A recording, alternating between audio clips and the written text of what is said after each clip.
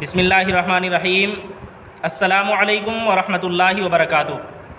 एक दिन एक पोस्ट सामने आई जिसमें ये लिखा हुआ था कि जन्नत में सब कुछ होगा, सारी चीज़ें होंगी, लेकिन 6 चीज़ें नहीं होंगी।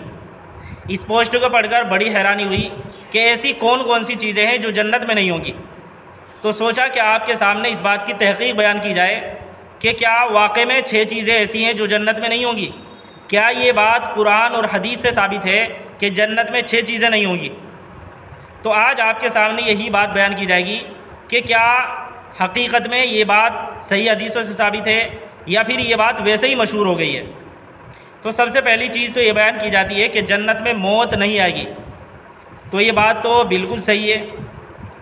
कुरान के अंदर कुरान से और हदीसों से ये बात साबित है कि जन्नत में मौत नहीं आएगी। चुनांचे बुखारी शरीफ की हदीस है कि रसूलुल्लाह सल्लल्लाहु अलैहि वसल्लम ने इरशाद फरमाया कि जब अहले जन्नत जन्नत में चले जाएंगे और अहले दोज़ख दोज़ख में चले जाएंगे तो मौत को लाया जाएगा और उसे जन्नत और जहन्नम के दरमियान लाकर ज़िबा कर दिया जाएगा। फिर एक आवाज़ देने वाला आवाज़ देगा कि ए जन्नतियों, अब तुम्हें मौत नहीं आएगी, और ए दोज़खियों, अब तुम्हें मौत नहीं आएगी।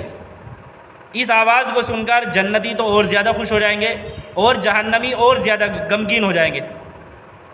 तो बुखारी शरीफ की इस हदीस से मालूम हुआ कि जन्नत के अंदर मौत नहीं आएगी। ये बात बिल्कुल सही है।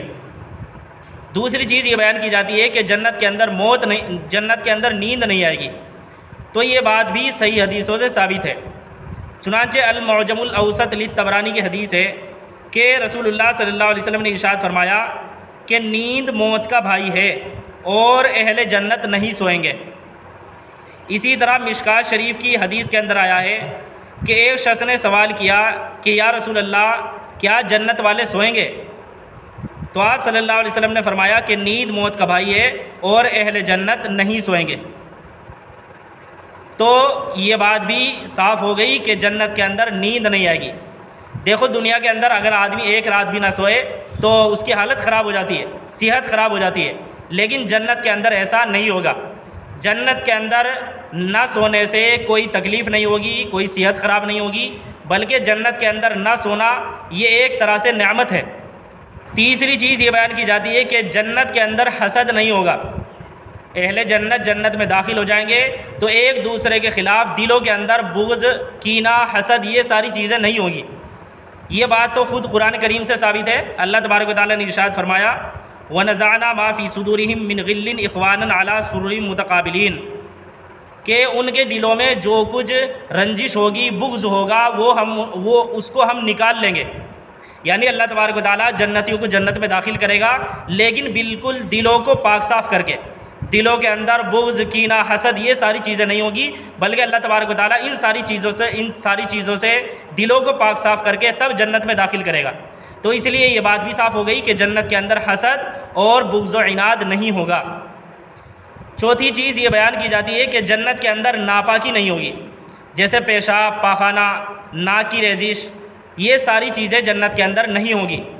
ये बात भी सही हदीस से साबित है।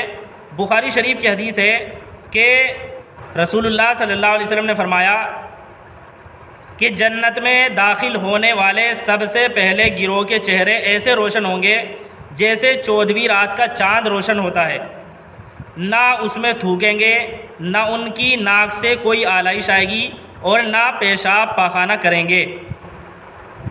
तो बुखारी शरीफ की इस हदीस से मालूम हुआ कि जन्नत के अंदर नापाकी नहीं होगी, पेशाब पाखाना नहीं होगा, बल्कि आदमी जो कुछ भी खाएगा एक डकार आएगी और वो सारा खाना हज़म हो जाएगा।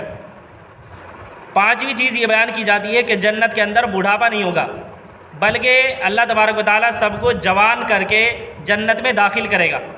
चुनांचे मुस्नद अहमद की हदीस है कि जब जन्नती जन्नत में दाखिल होंगे तो सबकी उम्र 33 साल होगी। तो अल्लाह तबारक व तआला सबको 33 साल का कर देगा, उसके बाद जन्नत में दाखिल करेगा।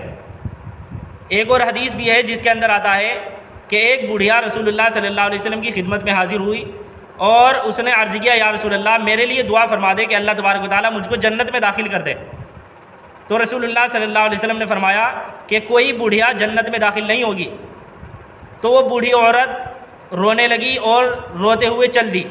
तो रसूलुल्लाह सल्लल्लाहु अलैहि वसल्लम ने उनको बुलाया और फिर फरमाया कि मेरे कहने का मतलब ये था कि कोई बुढ़िया होने की हालत में जन्नत में दाखिल नहीं होगी, बल्कि अल्लाह तबारक व तआला उसको जवान कर देगा, उसके बाद जन्नत में दाखिल करेगा।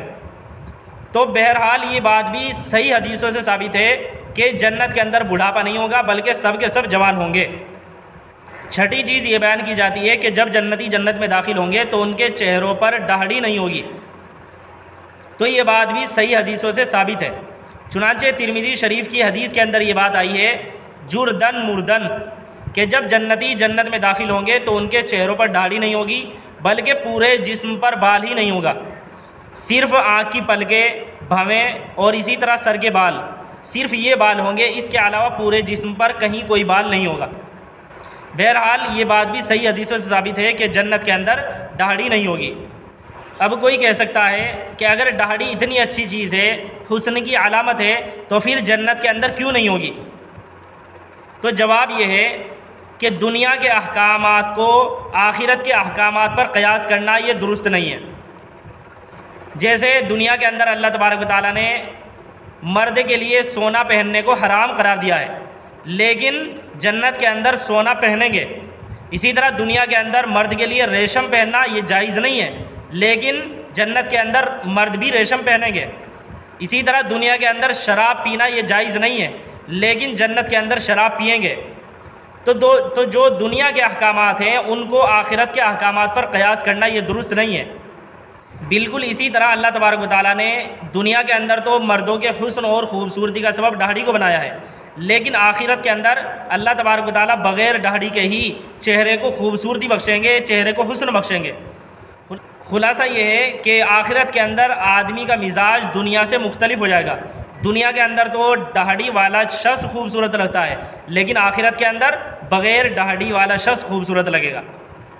बहरहाल ये छठी बात थी कि जन्नत के अंदर दाढ़ी नहीं होगी, लेकिन दुनिया के अंदर दाढ़ी रखना फ़र्ज़ है। अगर कोई नहीं रखेगा तो वो गुनहगार होगा।